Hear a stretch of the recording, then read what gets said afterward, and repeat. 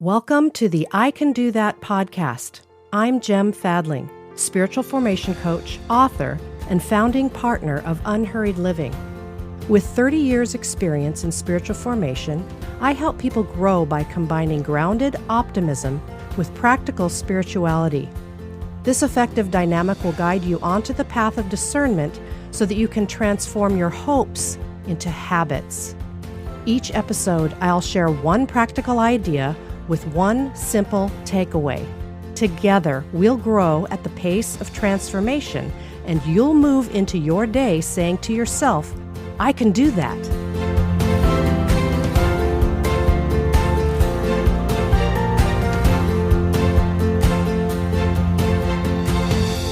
In episode number 2 of this podcast, I introduced the posture of transformation, which was open, aware, and willing.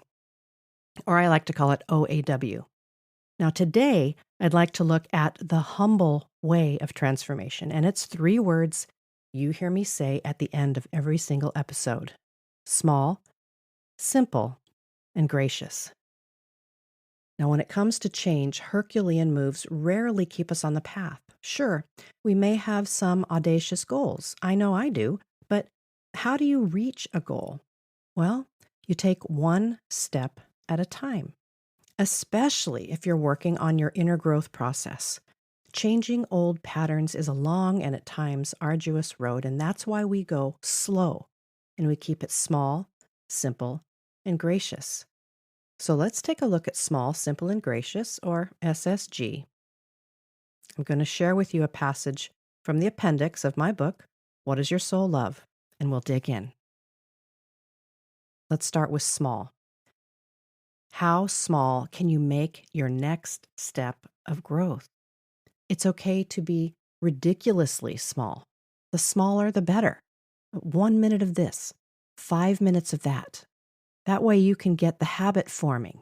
It's the habit that will result in lasting change. And once the habit is in place, you can add more time and further engagement.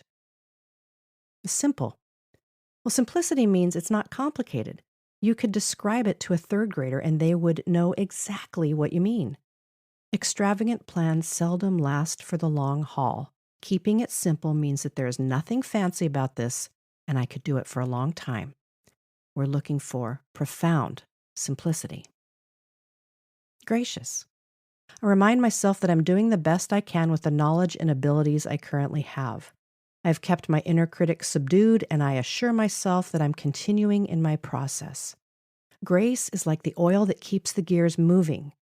Condemnation and criticism can have a brake pedal effect. Keeping it gracious means that I can keep trying over and over until I'm changed from the inside out. Small, simple, and gracious is the best way to transition to something new. Pair this with consistency, and you are well on the way to a new habit. It's okay to have a lofty goal, but what good is a goal if you don't have a process in place to ensure you walk toward it? Process matters. It's the habit or pattern that leads to the lasting change.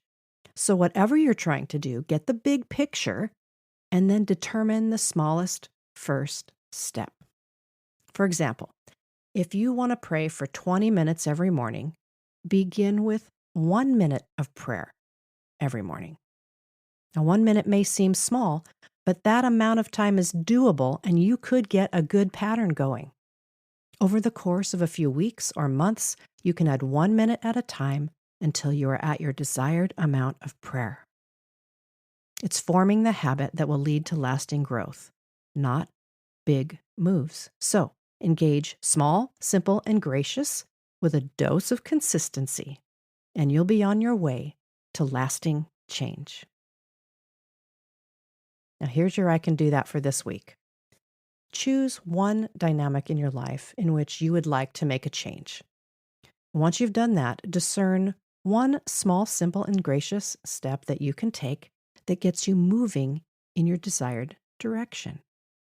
Write it down, tell a friend, and try it on. And remember, you are, in fact, making your way forward one small, simple, and gracious step at a time.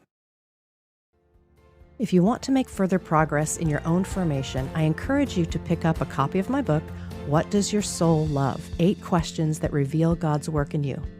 In it, you'll find themes such as desire, resistance, vulnerability, fear, and joy, and such questions as, what do you really want? Where are you hiding? What's getting in your way? And what's most real to you? Holding and living the questions is a great way to cooperate with your own growth process. So go ahead and pick up a copy of What Does Your Soul Love from your favorite bookseller. If you love what you just heard, please follow, rate, and review this podcast. This helps more people find us, and I really appreciate your help. You can also text this episode to a friend so they can join you on this journey. Together, let's move at the pace of grace and grow at the pace of transformation. If you love what you just heard, please follow, rate, and review this podcast. This helps more people find us, and I really appreciate your help. You can also text this episode to a friend so they can join you on this journey. Together, let's move at the pace of grace and grow at the pace of transformation.